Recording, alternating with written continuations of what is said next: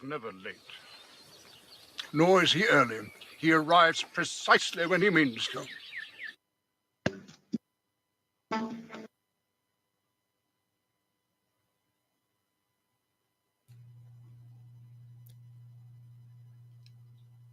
You know, it's a sight to see a Josh at 4 a.m. trying desperately not to rage out. I don't know what the fuck that was. I guess my internet just decided to go out. I don't know if it's my router modem. I don't know what the fuck. Forgot to remove the router.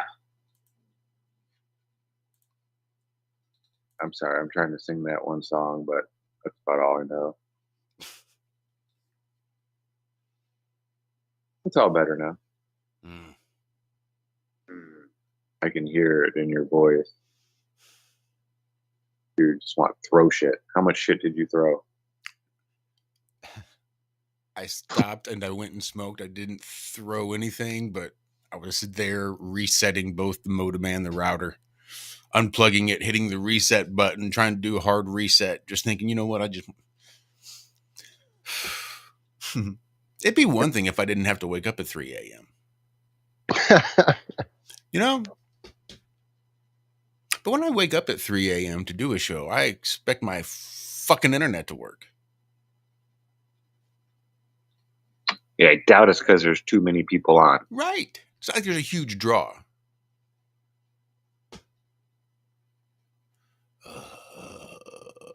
Is there a new stream now that they need to go to on chat? Do I need to tell them?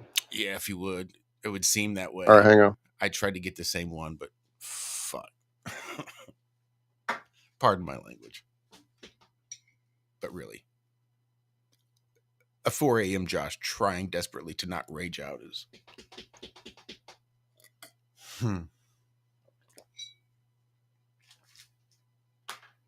What have I done now? Shit, fuck. Well, now what? I don't know. I can't get to the show. Hold on. Well, I see some people have made it. Anybody that's maybe still got contact to the old stream chat, let everybody know that we are back up and running. It won't let you type now that it's died. Yeah, I tried. So we'll get them. They'll find us. Or they won't. That's just...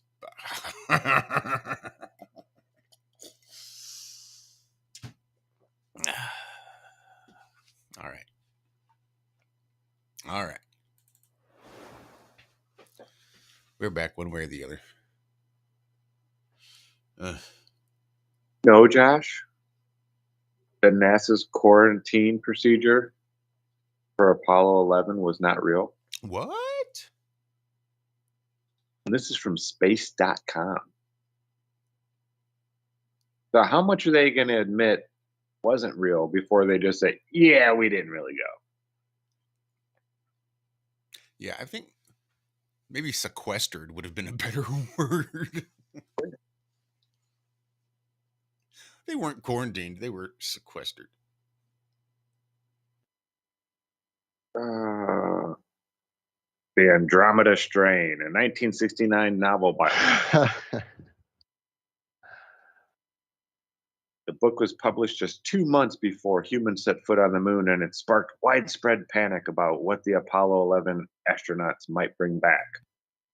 Luckily, NASA had a quarantine protocol in place for the mission, but those measures might have been largely for show, according to new research published in the science history journal ISIS.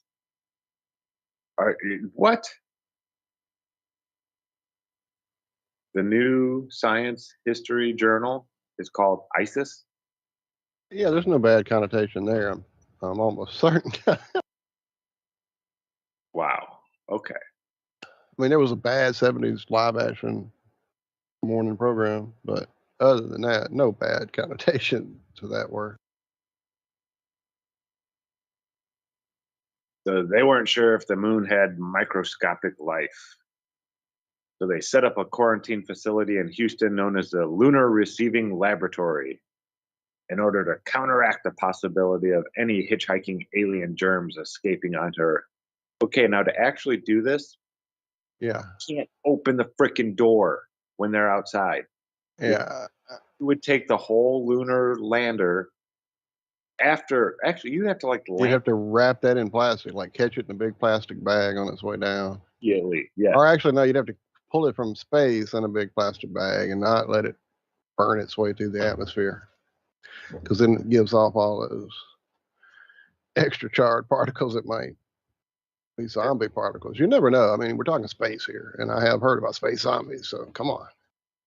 So when they returned from their mission, they were immediately ushered into this state-of-the-art, multi-million-dollar facility. Now, this is back in the 60s, where they spent 3 weeks. 24 NASA employees who were exposed to lunar materials as they helped the astronaut disembark were quarantined as well. On its face, the quarantine protocol looked sensible, but the new research suggests that despite the money and resources invested in it, NASA's planetary protection efforts were largely for show. Did it really look real with like Nixon hanging out outside of the door that would be, about 5 layers of airlock deep before he would be even allowed close to it in a suit, a hazmat suit? But no, he's just hanging outside the door while they laugh and cut up. So, yeah. This is in quotations. The quarantine protocol looked like a success only because it was not needed. Study by author Dagomar Degroot, a historian at Georgetown University. He says, what's more, Degroot's work shows that its quarantine protocol was probably inadequate. I think he's being nice. The spacecraft hadn't been designed to prevent potential lunar contaminants from being exposed to Earth's environment. Once it splashed down in the Pacific, the capsule's cabin had to be fully open in order to let astronauts out. The air inside the module was also vented into Earth's atmosphere as the craft re-entered, ensuring that the crew wouldn't suffer carbon dioxide poisoning. So, okay, but NASA also knew that the risk of the astronauts bringing home a space plague was extremely low. How did they know? They played up their ability to contain a microbial threat so as to not panic the public. In a statement at the time, the agency reassured concerned citizens that their efforts have resulted in a laboratory with capabilities which have never previously existed. Yeah, that sounds like NASA. But if they had brought back lunar microbes, it's difficult to say whether or not they would have posed any risk to humans. The vast majority of microbial life on Earth is completely harmless to people, and some species are even vital to our Earth, our health. And since any hypothetical moon germs would have evolved separately from life on Earth for a very long time, they might not even have the ability to interact with ourselves. Okay, blah, blah, blah, blah, blah, blah, blah. Mars, 2020 updated procedures, blah, blah, blah, blah, blah. Oh, but now they have procedures that work. After they just got telling you they LARPed it for 50 years, now we have one that works. Don't worry, folks. No need to be scared. Right. Now that we're retiring the SR-71 Blackbird, we're not going to need any more super secret spy planes that we're not going to tell you about. Yeah. Oh, there isn't anymore. That's it. Which was interesting because I saw Walter post a story that apparently there is something on the moon that causes a histamine reaction. Apparently. And God forbid it had been something like hay fever where, a huge percentage of people have a histamine reaction to pollen, dust, molds, things like that. Who knows how bad it could have been? With no real Luckily, he was the only scientist to walk on the moon. Thank goodness. Some flat earther calling out NASA. This is space.com and some professor at Georgetown University saying, yeah, this is just for show. Well, apparently Schmidt, when he walked on the moon, Harrison H. Schmidt, a scientist, that's the credit he is given, a scientist, That's all it says on walked on his the moon resume. December 72. The final crewed mission to the moon before they ended that bad boy, the Apollo program. He was, collecting rocks near the Sea of Serenity. We got back to the safety of the landing module. He came into contact with lunar dust that had been distributed hello tongue around the cabin there. Right, because The that's first what you time I want. smelled the dust, I had an allergic reaction. The inside of my nose became swollen. You could hear it in my voice, Smith said at a Starmus Space Festival 2019.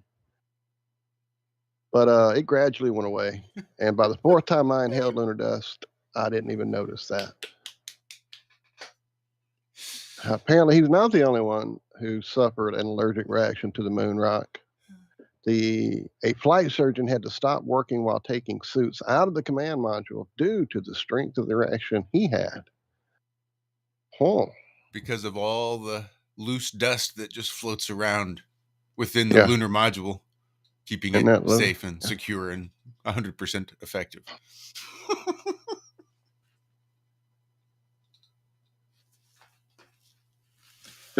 Apparently, all other astronauts have suffered to some extent from lunar hay fever.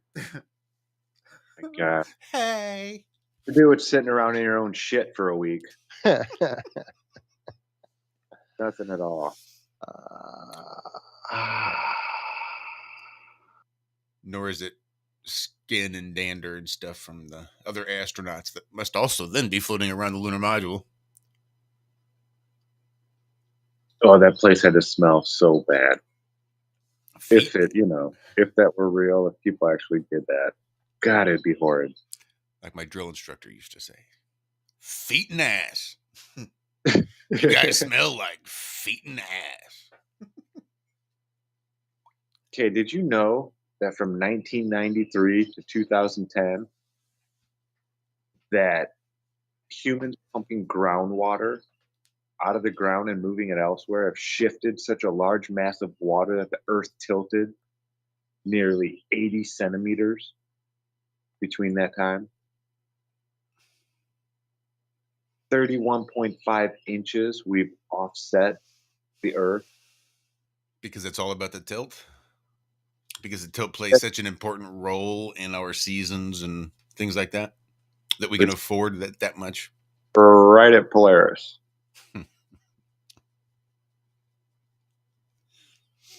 So could we, if we did enough, could we make the North Pole go to the equator?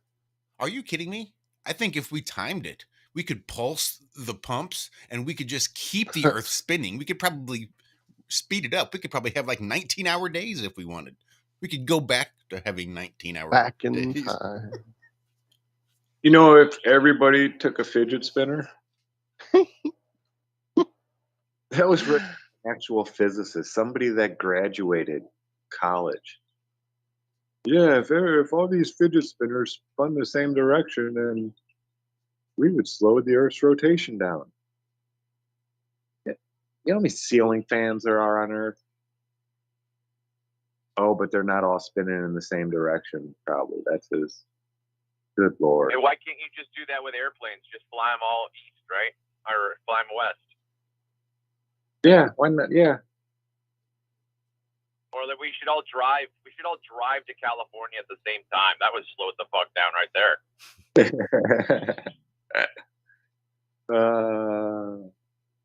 So if we all drive west and slam on our brakes at the same time, what would happen? Oh, now we're doing some physics.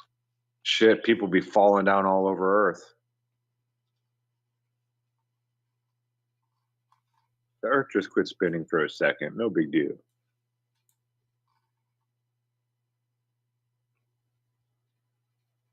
Oh my goodness. So scientists have finally discovered how photosynthesis starts by setting it off with a single photon.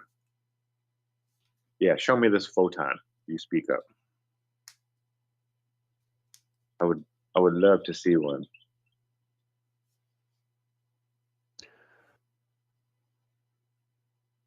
So IKEA We kind of like. Oh, go ahead. I'm sorry.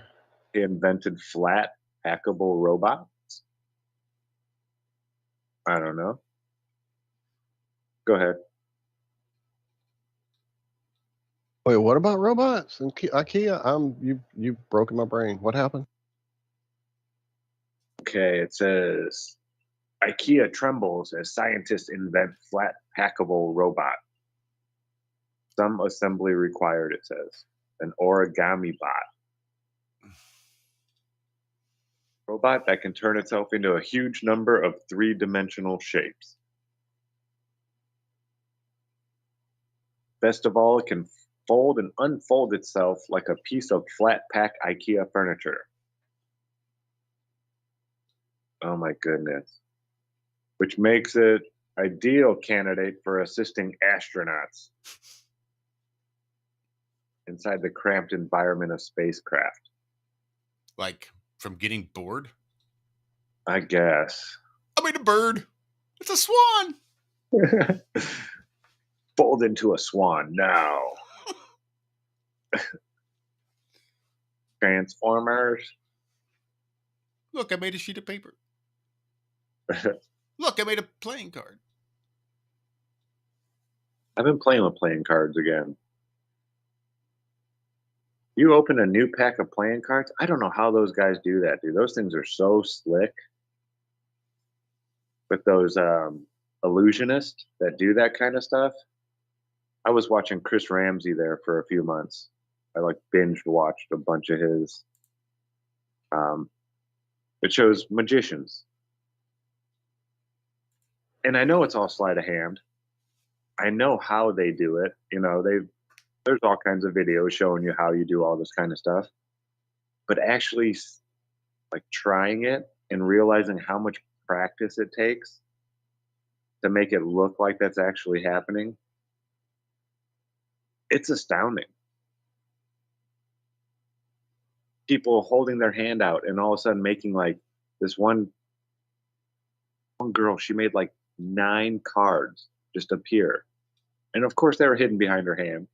But she's got her hand outstretched, her fingers are like open and stuff. It's like, how are you doing that? And then all of a sudden she like moves her hand and another card appears just out in the tip of her hand. Then she does it again and another one just appears. Drops that one, another one just appears. I mean, that's serious practice. Have you ever seen the guy with the cigarette? Like his whole routine is trying to get the cigarette into his mouth the right way. Mm-hmm. That's Mario Lopez. Yes, genius.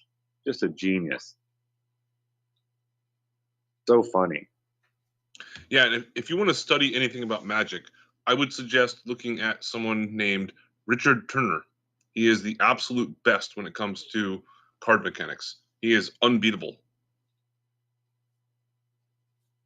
And then the people that can take a brand new deck of cards, shuffle it multiple times, and without looking, tell you exactly where every single card is. Richard Turner's actually been blind since a very young age. And Yeah, I yet he think does 17 years old. things with the cards that are mind blowing. There's a documentary out there somewhere. I'm trying to find the name of it. Just watched it again recently. I think it's actually on Netflix right now. Dealt is the name of it.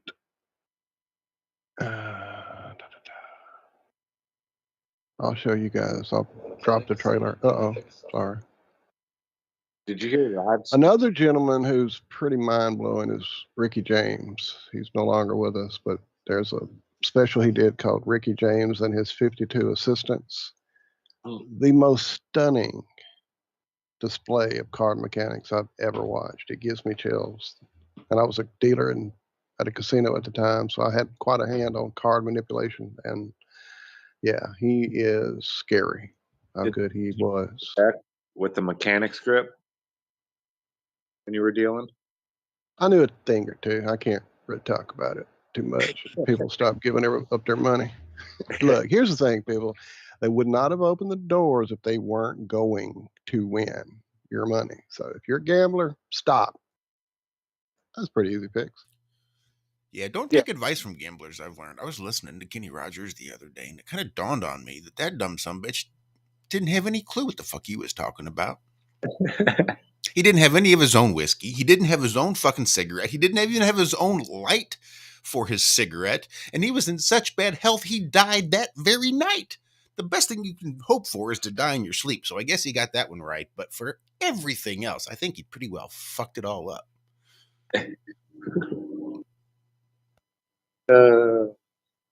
Rod Stewart is leaving rock and roll. He says everything has to come to an end sooner or later. Is he going to pop? Or is he like retiring? Should have been sooner, Rod. I'm telling you. Is he going to be a new country star? Like Hootie and the Blowfish? Rod Stewart's leaving rock and going to country? Or is he just retiring from music in general? Yeah, I think it's from music in general. Gotta love that accurate reporting. I'm not retiring, but I want to move on. I had great success. Oh my goodness, you might be right. Great American Songbook. And I've just done a swing album with Jules Holland, which is going to come out next year. So I want to go in that direction. Oh my God, you were right, Josh. At 78, he decided to change genres.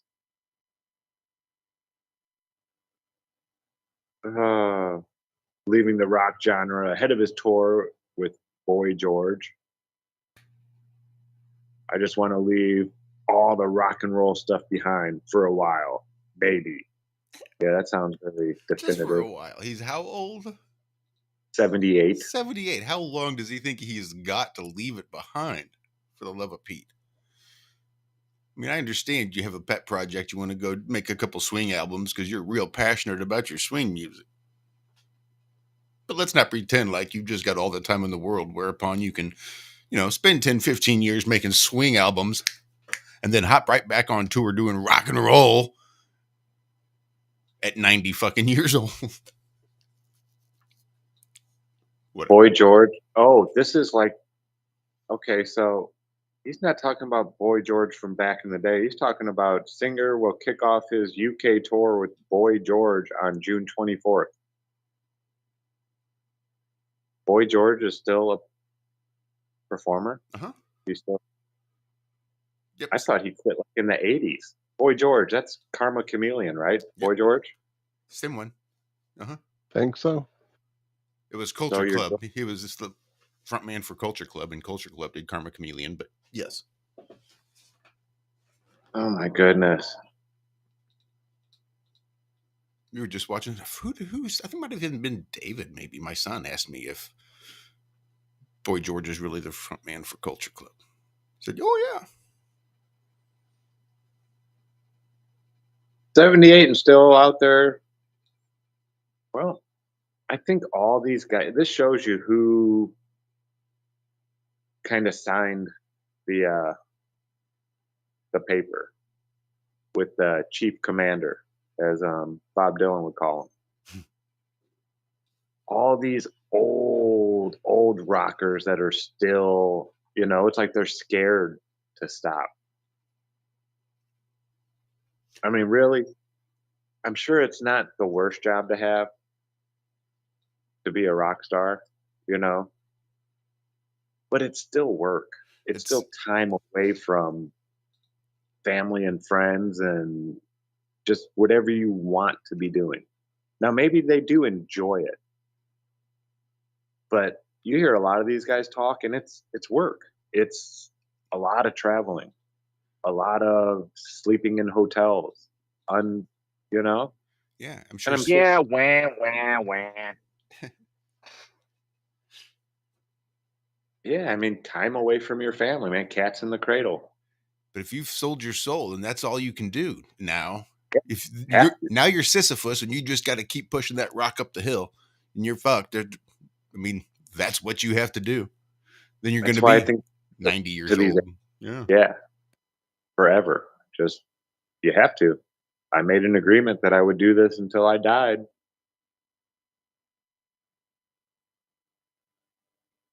I don't know.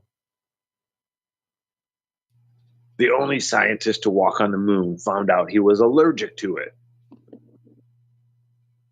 Yeah. Do you think part of the contract is having your exit written? You know, like already that you're like Robin Williams, right? You're gonna be dead by strangulation. You know, it's the end of your contract. That might be like, I don't know. I've never been offered, so I don't know like the logistics, but maybe I don't Because think I've always wondered, I mean, there's like if, and I think you guys might know what I'm talking about, just in terms of how we know that the entire world is a stage, right? So then, you've got Bowie, you've got Prince, you've got Jackson, you've got Robin Williams, you've got Chris Cornell, you've got that's who was the Linkin Park kid. I mean, I think we got whether or break not those music, are actually, all, Trev. I do believe huh? we're hitting that break right about now. Oh, okay. So we are actually at the halfway point. We are still trying to do a show despite my internet interruptions. So far, so good, though. We are back up and running. Stick around. We've got a whole nother half of the show, hopefully interruption free, coming up right after this. Ironworx. Regulation is becoming an ever-growing problem in today's modern media. From the mainstream to YouTube and Google, the information you're looking for is buried by official narratives and propaganda. This is why TFR is 100% uncensored, unregulated, and listener-supported. The shows on TFR are not micromanaged by the station, and our hosts are free to speak their minds however they please. As such, the views and opinions expressed on our station are of those who make them. If you happen to hear anything offensive on TFR, please send us an email to toughtitty@tfrlive.com, and we'll be happy to tell you that we really don't give a damn. We stand for freedom of speech and non-censorship. If you also stand for free speech, you can go to tfrlive.com/signup and sign up for a TFR supporter pass and help us in our mission to keep the airwaves uncensored and unregulated. TFR Live, your uncensored and unregulated protection from deception.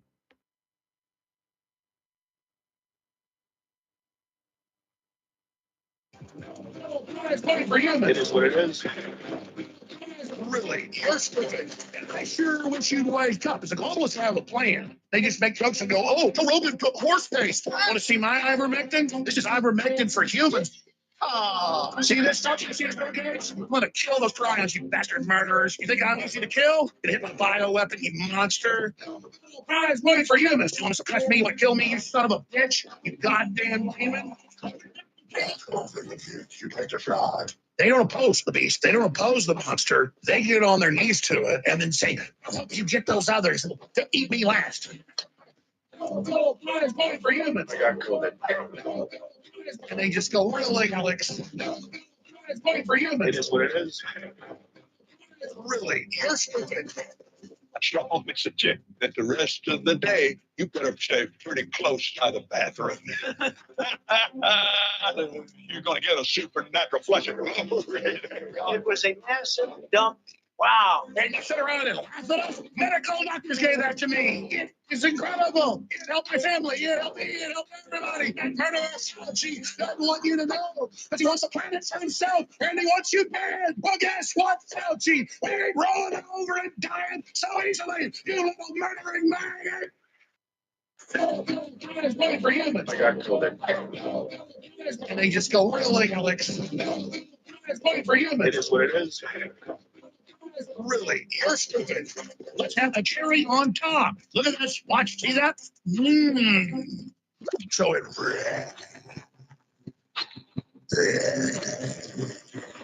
So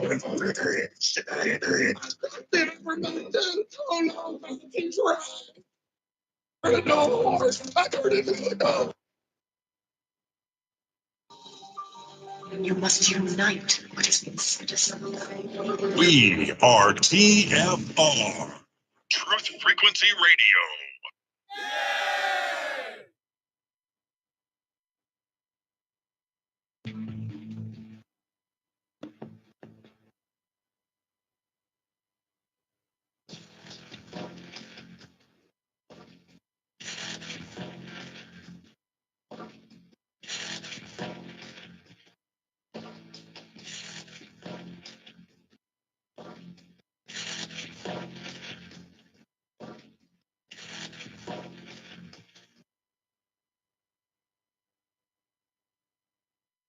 Morning. I'm here. Wake up. Wake up. Wake up! Wake up. Wake up! Wake up! Wake up! What is dark matter? Okay, we don't know. That's great. That's why it's called dark. It's exactly. Everyone knows all reputable information comes from random people on the internet. Tell me things, internet. The earth is flat. It's like school in your hand. Okay, dark matter is something we do not know what it is. We believe the dark matter is there, but we have never detected it. Well, what I'm afraid of course, is that there is no dark matter out there. There was one? There is no dark matter out there. We need to think really hard. This is Iron Mike Tyson, and you're listening to Iron Realm Media. Hi, this is Alan. I like Ironworx because it's where everybody knows your name, and they're always glad you came. I love Ironworx with Josh, Walt and Zach. It's like sitting in your front room having a cosy chat with your best friends. Hi, it's Diva here, and I just want you to know that Ironworx with Josh, Walt and Zach, it's definitely my favourite dose of reality. Come join the family and keep it flat.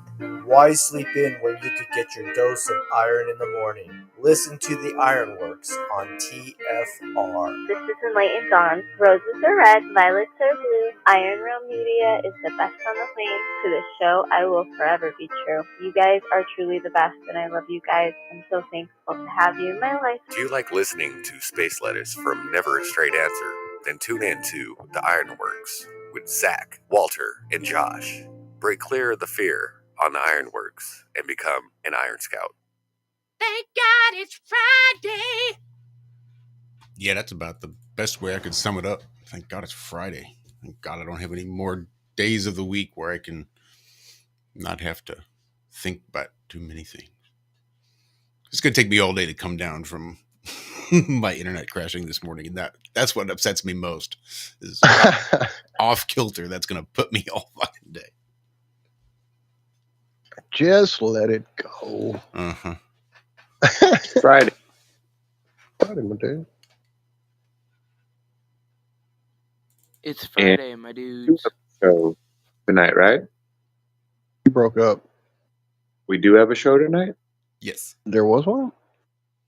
We do. We have James, the Full Armor OG, coming up. He is one of the original founding members of Iron Realm Media. He was part of Iron Realm Media before Iron Realm Media was Iron Realm Media. He was... What does that even mean? What does that even mean? What does that even mean? He was Iron Realm Media even after it was Iron Realm Media. He was there at the beginning before the beginning. The Alpha and the Omega. Infinite, phenomenal cosmic power. Itty bitty live in space. There you go. Amen, brother. Amen. I love that. That was probably my favorite of all the Disneys, was Aladdin. Yeah. Robin Williams was just amazing in that. Has to be Robin Williams. And he did multiple voices. I just watched one of my... Yeah, for sure. What were you saying, Trav? I was just going to say, I watch reaction channels, and one of the channels I watch is this film student. He's now graduated from film school, but he now makes his living watching movies and reacting to movies for the first time. And so he watched Dead Poet Society, and yesterday was his recent release. And I was freaking crying at the dumb reaction. It's a powerful movie. Yeah, man, it was absolutely pulling at the heartstrings. I mean, it has been memed a little bit and is almost a punchline. But when those kids stood up on those desks, "Oh, Captain, my Captain," I mean, that's some. Yeah. That was. I lost it, dude. I was holding it the whole time, but as soon as I got to the end and Ethan Hawke's, standing up, I was just like, Remember that movie Renaissance Man? Danny DeVito. Mm-hmm. The guy that lived in the library. Wasn't that the homeless Ooh, one? don't do any spoilers. I don't know that I've ever. Maybe I'm seen thinking of that. a different one. Yeah, you're thinking of a Robin Williams movie. This is Danny DeVito, Renaissance Man. You're thinking, oh, what is it? Where he's the Harvard bum? Yeah, that's the one. Bicentennial.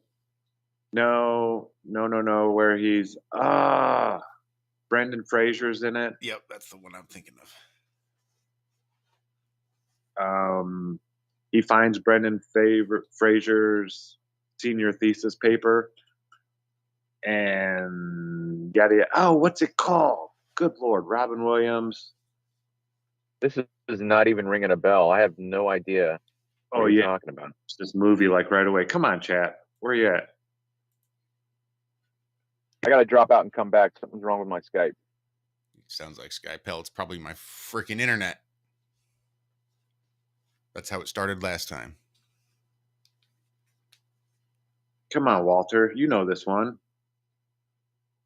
It's not ringing a bell for me. Give me more. Robin Williams. He's at Harvard University. He's a bum.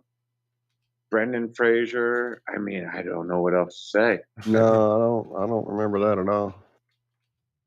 No, not what Dreams. I didn't watch. Good one. With honors. That's it. Thank you, Brian. BCB. Yes, with honors. If you haven't seen it, go watch it right now. Walter, shame on you. Yeah, it was one. There was a whole era where I just didn't watch stuff. I really do disconnect from media hugely in big spaces of like 5-7 years where I just miss a lot of crap that goes through.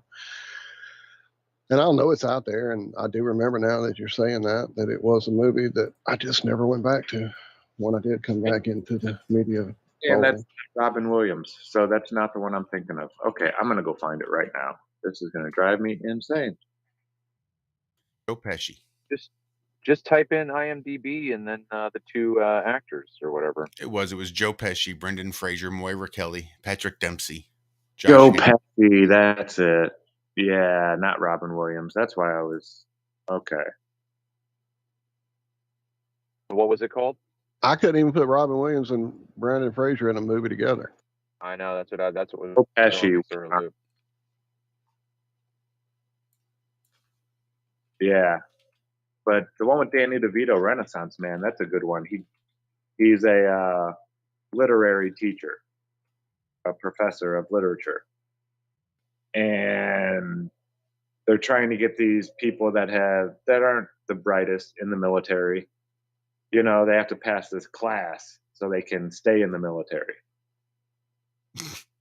Teaches the class and teaches them about Shakespeare and, you know, We Band of Brothers, that whole spiel that he gives about going to war. Oh, I forget the name of the St. Crispian's Day or something like that. Crispy. It's a good one. If you haven't seen it, Robin Williams, The Renaissance Man. Danny DeVito. Oh my God. Go back to sleep. Zach. I know I need to. Oh, yeah, by the way, how's your ear? That's still very annoying. Doesn't hurt anymore. I just can't hear very well out of it. It's driving me insane. Getting better though, day by day. Yeah, I've never had one last this long. It's been like 2 weeks now. I'm ready for it to stop. Is it just one ear? Yep. I was ready to go see a doctor, which I haven't done in 20 years now. It's actually been 20 years. I'm trying to remember. I don't even know if I saved it, but I saw something come up in my feed. Like on Facebook, I get a lot of these natural remedy links anymore, like even, you know, outdoor survival stuff, but a lot of herbal remedy books. And one of them made a suggestion. I think it was like onions. Like I'm just going to say it this way. Don't do this. This is not medical advice, but like you squeeze the onion juice and then do a dropper into your ear, and then that onion juice takes care of ear infections and whatnot. Yeah, it's not. Something like Yeah, he won't do that. Yeah, it's not infected. I've been trying to get him to put a drop of olive oil in it for weeks now. Yeah, I've done a couple things with the hydrogen peroxide to break it up. Some of it'll come out and all that kind of good stuff. Yeah, that's great for earwax stuff. Absolutely, that stuff's a charm. I actually had a blockage in my left ear, and I thought it was just going to work itself out, and it wouldn't go away. And all of a sudden, well, not all of a sudden, but I was low on that side. I can't remember if it was my right ear or left ear, but I was losing, volume. So then I looked up these remedies, and I came across this one YouTube channel where this doctor goes through like 5 treatments. You can try these 5 things.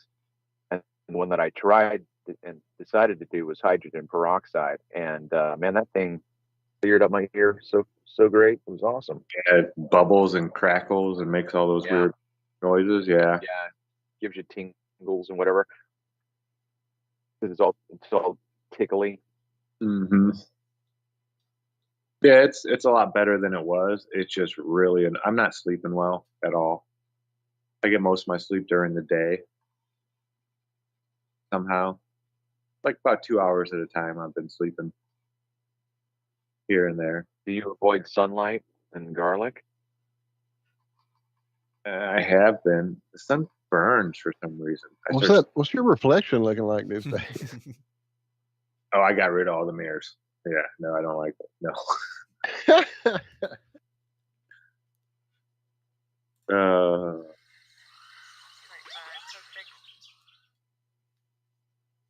Time to make the donuts. Time to make the donuts.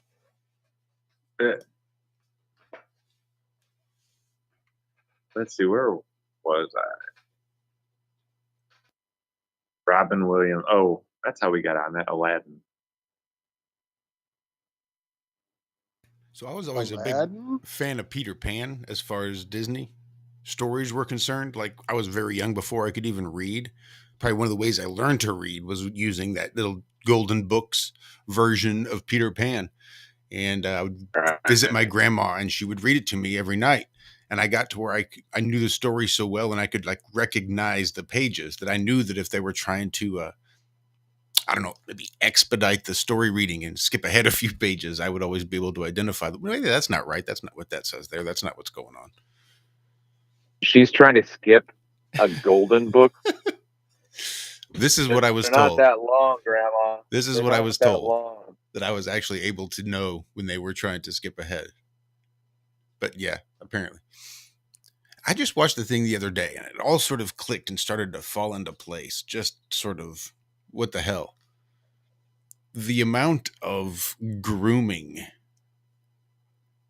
that occurs in Peter Pan, and sort of the reversal, that mirror image of what good and bad is, and sort of how Peter Pan's the good guy, Captain Hook's the bad guy, and there's this evil fight, when in reality, sort of Peter Pan's the dark, twisted demon boy, and Captain Hook's there trying to rescue all of these stolen children and get them back to their parents. And it's a whole twisted thing I just watched the other day on YouTube about sort of the real story, the dark story behind Peter Pan. Have you ever seen the dark story behind Pinocchio? Again, that was the other one that I was thinking, just the amount of grooming that has to occur in Pinocchio. When they don't come back, little boys. I was like, whoa, that is so deep. Jim Brewer brought this up a few weeks ago, talking about Pinocchio and them talking about Pleasure Island, the island where the boys go, and when they come back, they're no longer little boys anymore. Nothing but a piece of ass. Yeah. It's, man, you don't realize it when you're young, but you hear about all this stuff, and then someone mentions it, and you're like, whoa, that is sick and twisted. I always thought that it was just, and maybe it's a double entendre, that I just thought that you were acting like an ass, and so you became what you were acting like. You're irresponsible, you're stubborn, if you're a little boy and you don't listen to, if you want to just play by your own rules or whatever, then you just turn into a jack. Okay. Yeah. You're breaking up a bit there, Travis. You must be on the road. I'm taking it. Yeah. Oh well. Damn it. Yeah, we're losing you, sir. Definitely losing you. Yeah, you're breaking up for me. Or Josh's internet's going out again. One of those things. Well, apparently the ocean's leaking. I don't know if y'all knew about this. It's leaking again? Yeah. Or tighten up those pipes. Yeah. So there is a hole in the bottom of the sea. No, wait. There's a hole. There's a hole in the bottom of the sea. Anyway, the hole's been dubbed the Pythias Oasis. It sits off the coast of Oregon. It's what's known as the Cascadia Subduction Zone Fault. So yeah, it's leaking down there in that little region. The water is largely fresh and rich in minerals, suggesting it could be some kind of tectonic lubricant. I won't touch that one, which means losing it could dislodge the plate beneath. Here we go. The Earth's going to shift its spin, I bet, somewhere. Oh, this story just stopped. Oh, no, there it goes. Let's see. Loss of fluid from the offshore megathrust interface through these, strike slip faults. Okay. This is important because it lowers the fluid pressure between the sediment particles and increases the friction between the oceanic and continental plates. Oh, well, that's good to know. Let's see. Yeah, it really doesn't give us any more detail other than they say it's leaking and made up some words about it, and that's about it. So there's a picture. I'll show it to you. This is how we know the ocean is officially leaking. I got the story pulled up. Oh, do you? So you're showing the little graphic. I'll stop then. Yeah. Because I wouldn't want to miss that incredible descriptive image. So what is it leaking into? Yeah, they don't really go into that so much. Let's see. The fluid's coming straight from the Cascadia megathrust, where temperatures are estimated to be 300 to 500 degrees Fahrenheit. Doesn't it leak into the hollow earth? I would think that has to be where it's going. Has somebody called regular guy Steven? Indy 100 announces a massive ocean was just discovered beneath the Earth's crust, containing more water than what's on the surface. So I think we found. Now we know where it went. That's got to offset the rotation some, leading it back to a 24-hour day. I think we're good. I think we're safe. No problem. Earth, the oceans aren't rising. They would be, but it's all leaking down into this other part of Earth.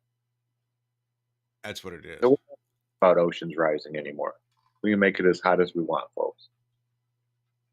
Man, we've missed a lot. We're missing a lot in science, apparently. So apparently, as we've discovered the leaking ocean, there's all kind of things happening. Apparently, there's a terrifying black hole pointed right at us. Okay.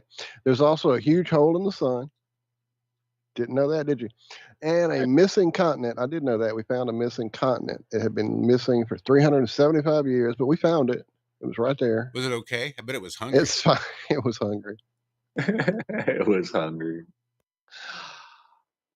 So, but yeah, in spite of all those amazing discoveries, we're just now found that there is a massive ocean under the crust. Now, they didn't read the other story that I read about the ocean leaking, so they're not aware where all this is coming from, it would seem.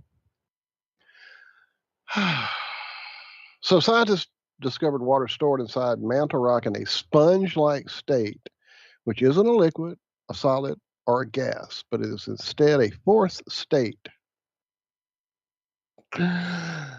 What? Yeah. Let's see. The paper titled Dehydration Melting at the Top of the Lower Mantle. The top of the lower mantle. Okay. Was published in 2014. Wow. So they're just now finding out about this stuff that was published in 2014. I like how science stays on top of stuff. Trapping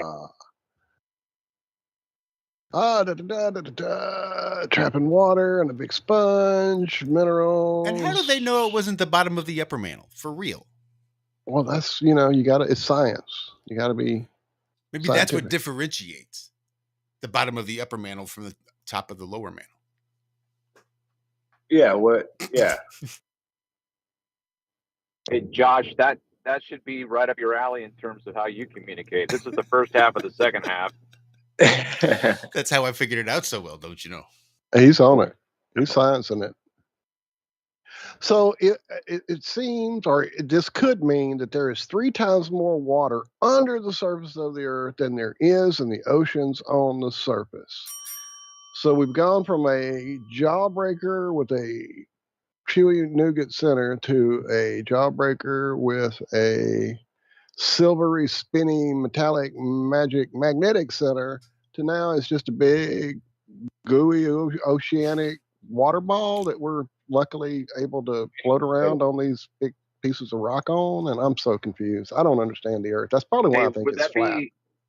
Would that be anything similar to, what we've seen, with, I don't remember if it was Nat Geo or whatever, where they show the guy that went down to the, depths of the ocean and he saw, what looked like a lake. He could see ripples but you couldn't penetrate it. So would there be anything to suggest that those two, for lack of a better term, okay, just don't kill me, like these two Gaussian plasma surfaces at the very depths of where we can go and the very height of where we can go, and you can't penetrate either of those?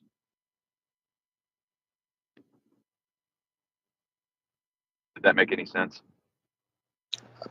As much as that story we just read, yeah. I mean, an ultimate top and an ultimate bottom. Now, we've never even no homo seen the upper mantle, correct? Or the lower mantle? No, we did that last story. Last show, we had a story where they finally, for the first time ever in the history of man, broke through the Earth's mantle, right? Ocean, blah, where it's super thin. But, I mean, the crust is like 50 miles thick, they claim. Except for these really thin parts, right, in the ocean, bottom of the ocean, no normal person could ever get to. So, okay, you've been to the upper mantle.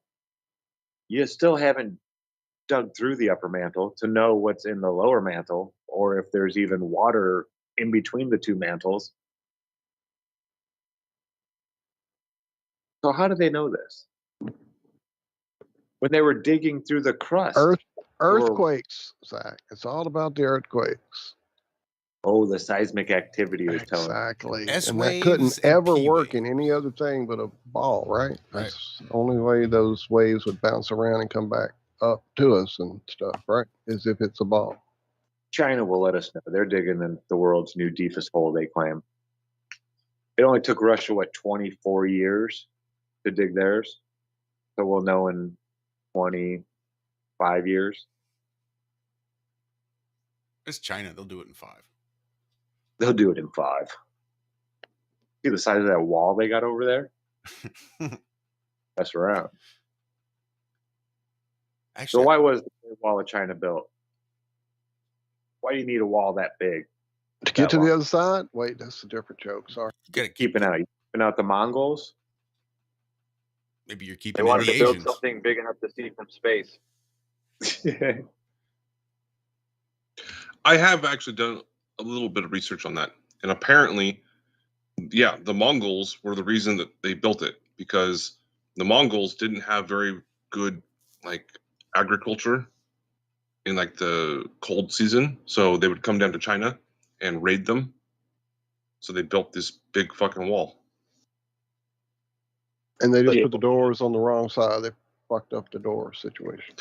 And by the way, it's not one wall. There's several of them. Yeah, no. Cool story, bro. I don't know what they were trying to keep out. I don't see it. I don't know. Or were they trying to keep something? Well, why wouldn't it just be maybe building a road? You're walking along the top of it. Yeah, that could be too. It's just a fucking road.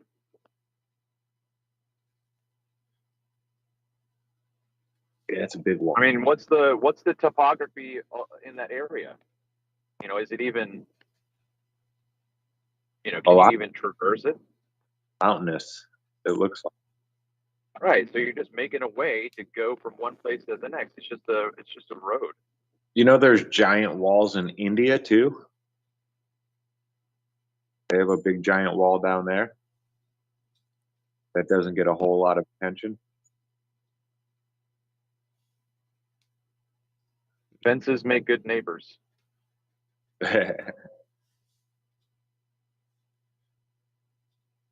We are creeping up on a break. Yep. There you go. There it is. Like I said, we should be. That's going to be the last break too. So this is the last half of the last half of the last part of the first end of the middle of the Earth. Oh wait, no. Show. For that fourth phase of water. Absolutely. Did they ever name the fourth phase? I don't know. Agua. Stick around for that last quarter. Coming up right after these messages. Ironworx, Truth Frequency Radio. Hear the word attack. The word attack is not you don't feel low, you don't feel high. It's a cut. It's attack. Yeah. Attack means you got a target, attack.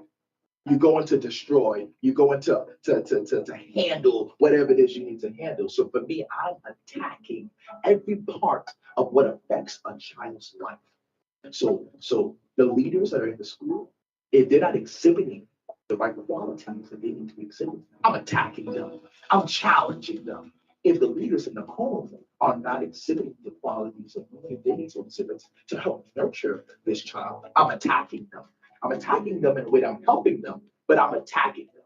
I'm there to help you out. That's my mission. I'm ready to attack this problem that you're facing. Let me help you out. And then I'm attacking the students as well. I'm attacking their ability or lack of ability to challenge them. Extendivite is more than just a heart tonic. Do you have any of these symptoms? Night cramps in the hands and feet. Your arms and legs often go to sleep. On short walks, do your legs get aches and pains? Is your memory worse than it used to be? Ankles that swell late in the day? Has your blood pressure increased lately? If you answered yes to even one of these questions, you may have early warning signs of arterial blockages. Your body is saying that it is time to take Extendivite. These are not the normal signs of aging. They are the warning signs that accompany blocked arteries. Get your Extendivite today. Extendivite is available in capsule or liquid form for just $69.95 for a 2-month supply. To get started, call 1-877-928-8822. That's 1-877-928-8822 or visit heartdrop.com. Extend your life with Extendivite.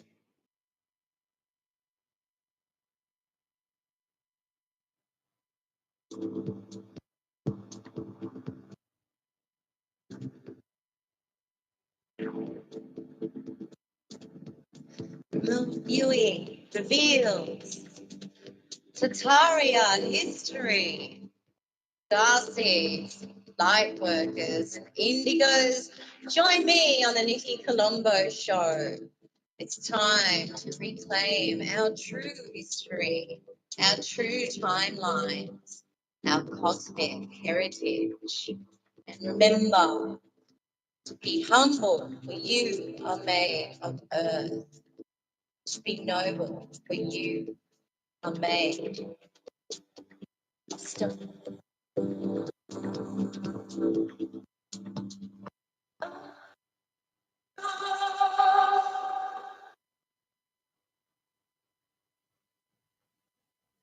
This is Truth Frequency Radio.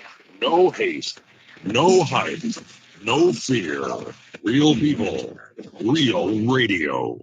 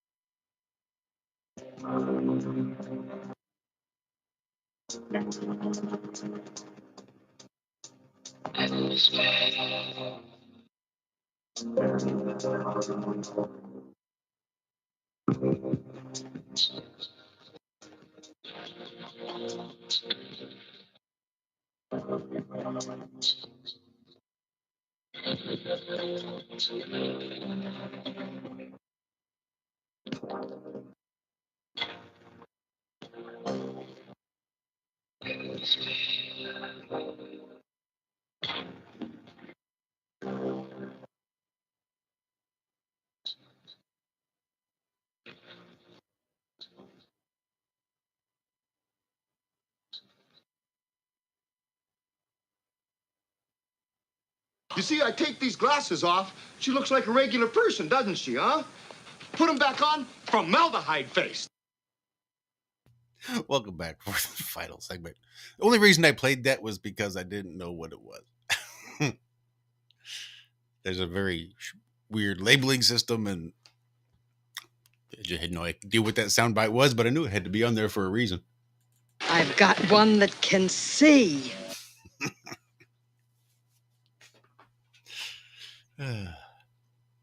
Ooh, you know what? I actually do have something. Let's look at space letters. Let's look at space letters. Let's look at space letters and have our shelves of left. Apparently, the astronaut space salad might be the perfect meal. Have you heard of the astronaut space salad? Hint, it's exactly what you think it might be. This expertly designed combination of foods was created to offer space pioneers a balanced, nutritious meal while also being delicious. Learn what makes the salad unique, plus how you can reap its benefits at home.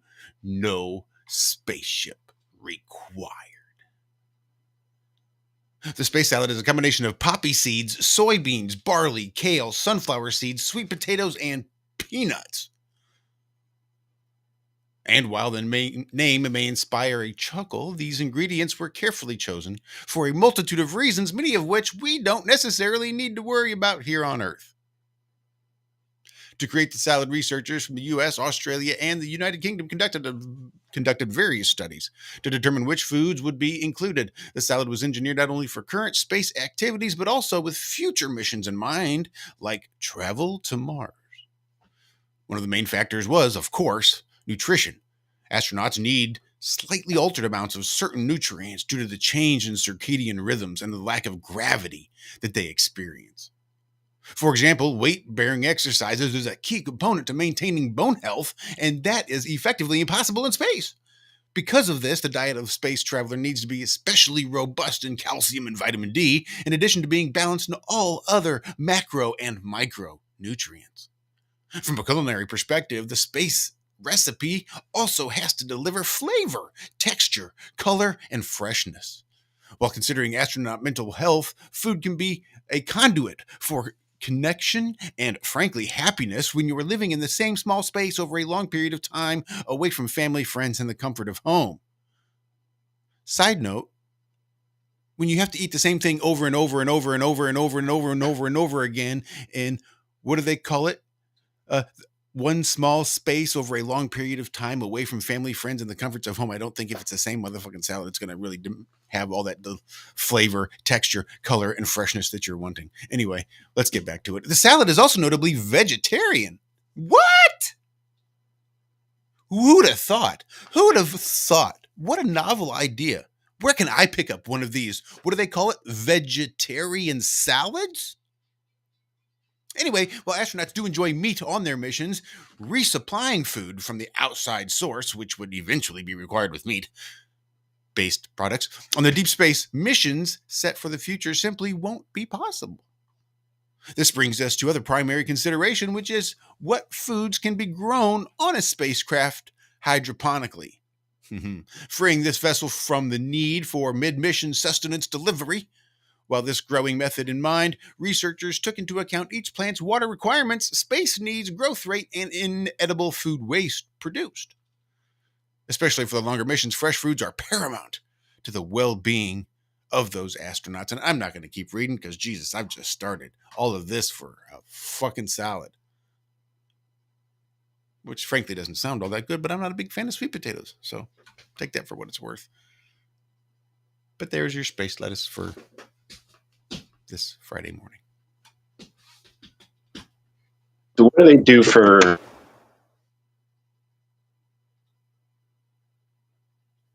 For what? For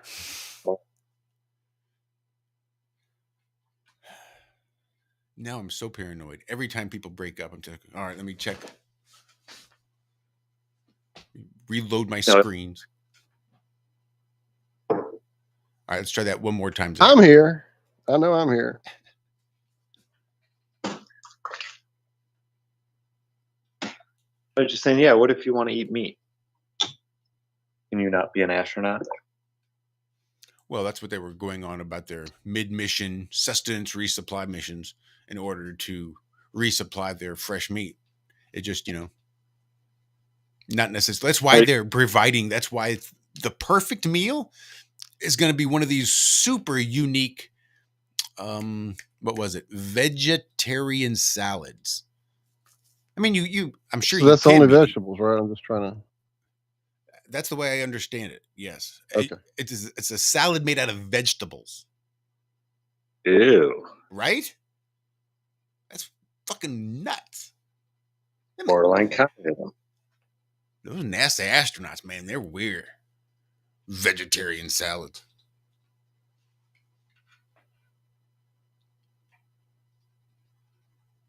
So yeah, I don't want to go to space. Just throwing that out there. I mean, okay, let's pretend. You guys want to pretend a little bit? If it were possible, all this, yada, yada, yada, space is real. We can go up there. Would you still want to go? Like to Mars? Not just go up and then come back down a few hours later. But would you be willing to pretty much end life here on Earth?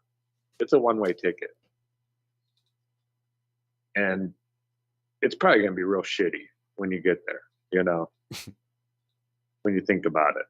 There's no oxygen to breathe. There's not really even air, 1% of Earth's atmosphere. And what they have smells like steak. I mean. So would you go before flat Earth, before all the nonsense? I know it's hard to go back to that. Dude, I was going to space. I was going to be an astronaut since age 2. That was my plan. So, yeah, 100% I would have. Until they started killing astronauts on TV, I thought, Dave Weiss in chat asks, Zach, if you had a choice to go to space or shark fishing in the ocean, which would you prefer?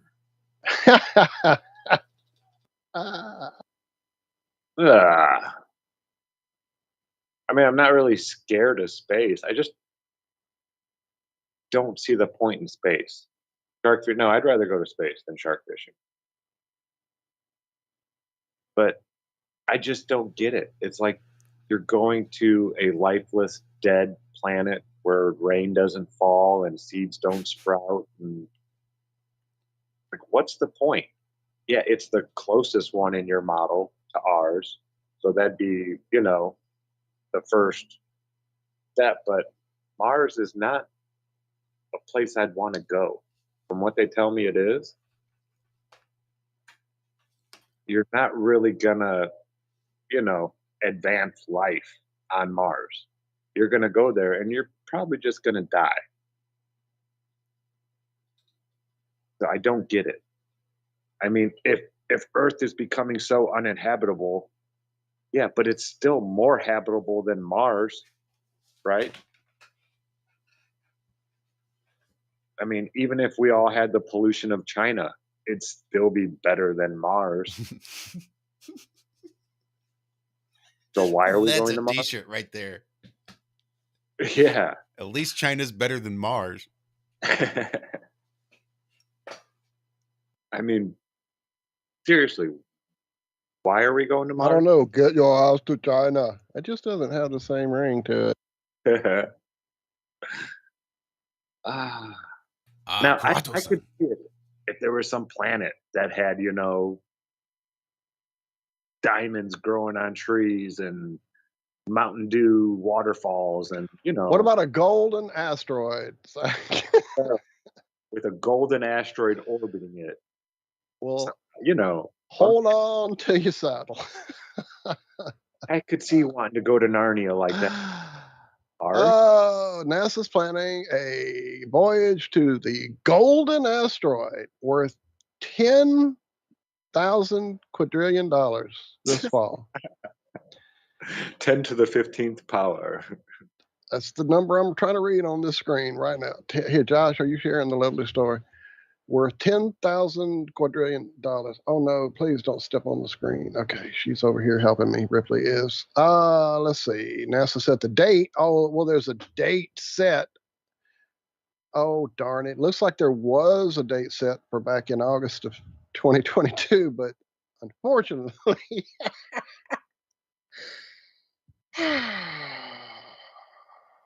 it was delayed due to project and institutional issues at JPL.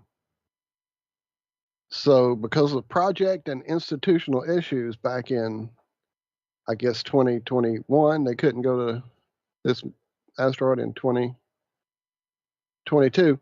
Now, I'm going to guess this is an image we're looking at. It can't be a photograph if they haven't gone there yet. You'll have to pull it up. I don't have it. Right. Oh, I thought you had it up all this time. Okay, hold up. Nope. I was looking to see if That's I did, fine. but last thing I have is Yeah, so this is apparently the $10,000 quadrillion asteroid image. Article image as I hover over it. So we're not even being tricked into thinking this is a photograph of something they haven't been to yet. So they're being honest about it. Here's their little project. They were having problems with. Do what? I said, I don't know how honest they're being. They're just because they say it's an image doesn't, Well, at least I'm not saying it's a photograph. Yeah. Maybe it is. Name for the Greek goddess of the soul, Psyche, was first discovered by Italian astronomer Annabelle de Gasparius in 1852, right at the height of the Tartarian period. Now that sounds like a woman's name. Annabelle? It did. Annabelle does sound like that. I'll just look through telescopes in 1850. Because it was the height of the Tartarian Antiquitech time, right? It orbits between the sun and between Mars and Jupiter. Orbits the sun between Mars and Jupiter. It measures 140 miles wide and shaped somewhat like a potato. Those astronauts surely like their veggies, don't they? It is said it could be worth 10,000 quadrillion. $10,000 quadrillion. That's a number they've had for me to read a couple times now in this story. More than the entire economy of our planet. Oh, well, shit. So wouldn't that just be like a quintillion? 10 quintillion? I don't know because that's what I was thinking too, Zach. I'm not a NASA scientist, and I don't understand these big numbers. I'm reading the word metal. This will be the first time they've ever visited a world rich in metal rather than rock or ice. Expected to reach the asteroid in 2029, orbit it for 26 months. Okay, wait. It's going to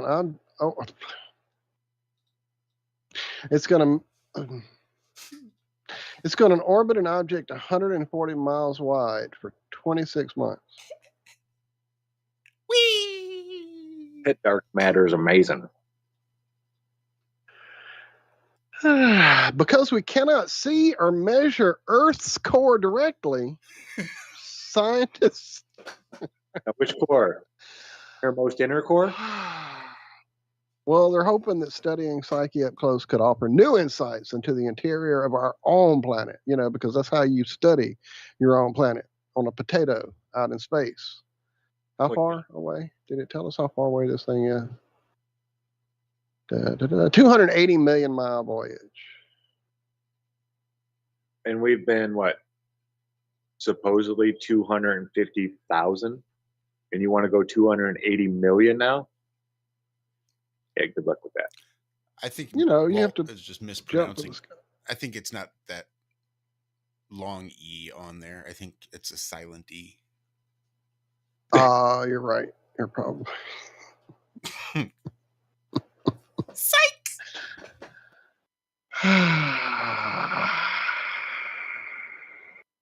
So yeah, get ready. 2029, we'll have, I guess, no return on our investment for the 10,000 quadrillion dollar rock. They're not going down. They're not going to grab any gold. They're not going to scoop up economy saving crumbs or nothing. They're just going to fly by, take some photos, and head off. It's 10,000 quadrillion worth in gold, but it'll cost 11,000 quadrillion to get there and get it. Yeah, there you go.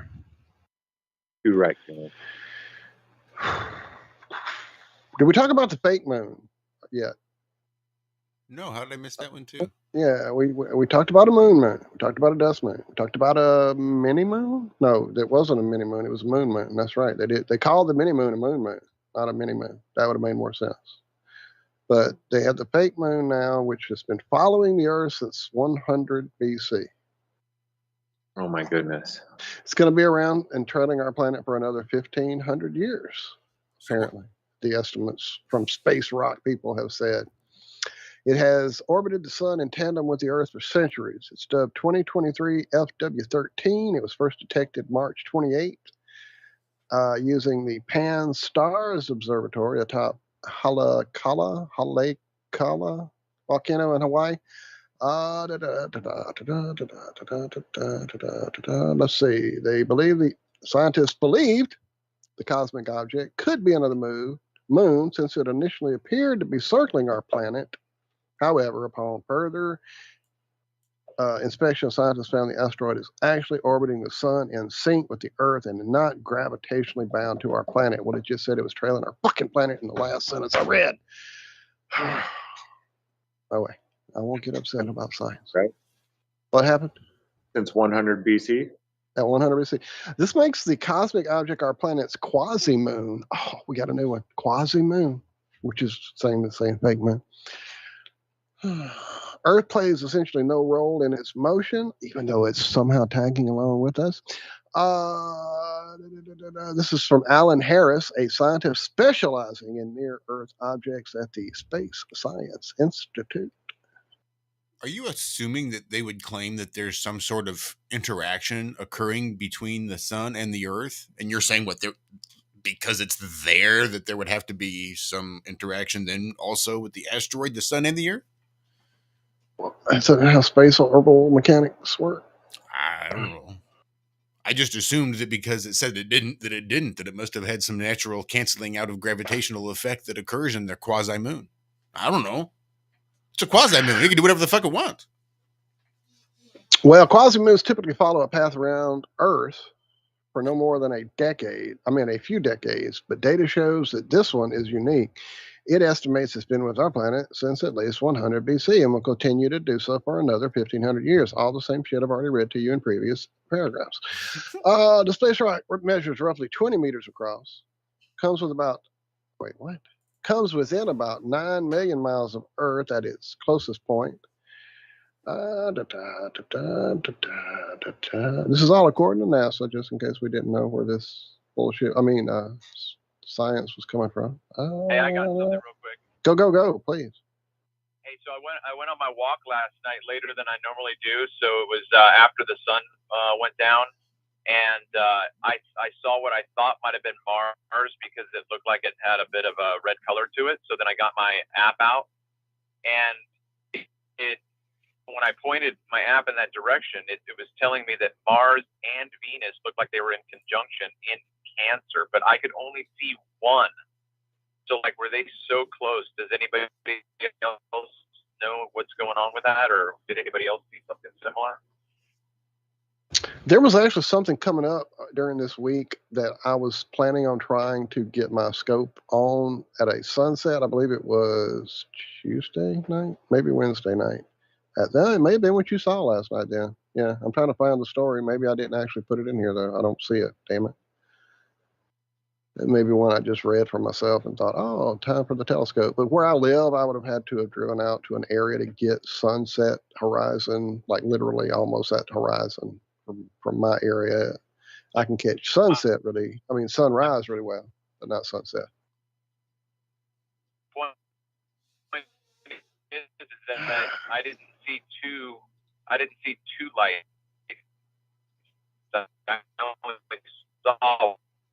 You're breaking up a lot, Travis, man. I'm sorry. We're just hearing every third word, brother. Yeah, Karen B saying Mars and Venus are conjunct right now. I'm pretty sure that's what it was going to be, and they were going to all happen close to the moon at sunset, and you could get a good view of all of them if you had a decent scope, but I don't see the story. I must have just had it saved for my own personal stuff. Yeah, I'm not seeing it. I didn't drop it, apparently. Before we get out of here, I want to let you guys know that this evening we are going to have our friend James, the Full Armor OG, one of the founding members of Iron Realm Media, back to catch us up on what he's been up to. If I haven't mentioned it, I think I did, but it's been a crazy show for sure. Wow, I didn't see the story about the sky stuff, but I did find out that not only are we going to go to the gold asteroid, we now have a white star turning into a cosmic diamond. Man, space is neat. Super neat. Super fucking neat. Planet-sized diamond. A white dwarf, that would be a star-sized one, right? Let's see. To us, stars may resemble jewelry, but they're not. Idiots. Let's see. Discovery. It's only 104 light years away. It's a white dwarf composed primarily of carbon and metallic oxygen. Metallic oxygen. Didn't I see them in like 93, 92, 93, something like that? Let's see. That seems awfully politically incorrect for NASA. Why? I mean, I know they prefer little people, and I don't see what the hell race has to do with anything. But the name White Dwarf just seems, I don't know, politically incorrect these days. Yeah, these days, you're right. They'll probably have to change it to Caucasian little star. Mini star? No. They got many moons already. Damn it. I don't know. What do you call people that are scared of little people? Dwarfophobia? Elphobia? Maybe. Gnomephobia?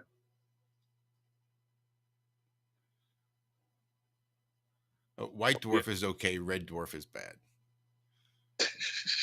Yeah, White Dwarf is okay because it can be derogatory. And I think Red Dwarf is okay as long as you don't put any feathers on it. Put a cheese-eating grin on it.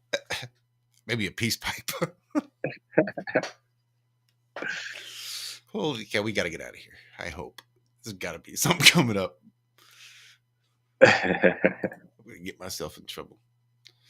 Thank God it's Friday. Yeah, we truly are almost done here. We A brown dwarf, your food.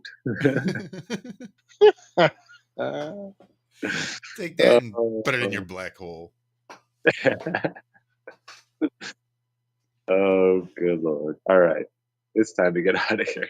Pucker your black hole so tight you can create a planet-sized diamond.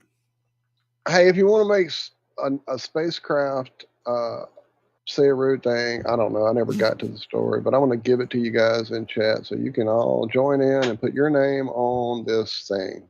Here it is. All right, go there, put your name, say the Earth's flat. It's actually a story about, and in the story, there's a clickable link.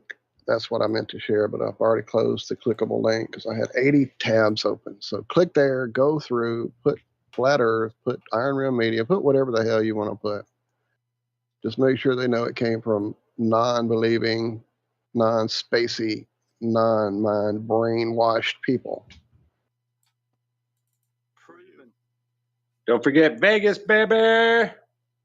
FlatEarthFestivals.com for all your ticket information. October, I forget now, 21st, 22nd, 22nd, 23rd, end of October. Gonna be awesome. Can't wait. Too early to remember all the little stuff. Yeah, I can't wait. All ticket information and event information is available, FlatEarthFestivals.com. There's also a Telegram group, which you can find at FlatEarthFestivals.com if you're looking for people to travel to Vegas with. For you. You there?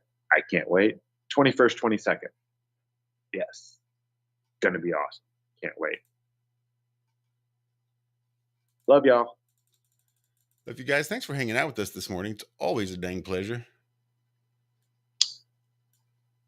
Let's try this. For you. That's the one I wanted.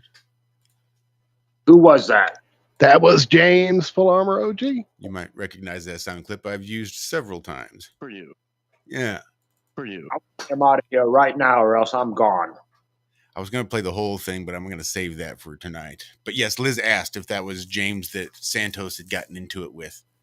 And it is indeed. For you. Yes, for me. Anyway, that's going to wrap it up for us. For you. Yes, for us. Anyway, we will see you right back here on Tuesday morning for more of the Ironworks. Right here on Truth Frequency Radio, TFRlive.com.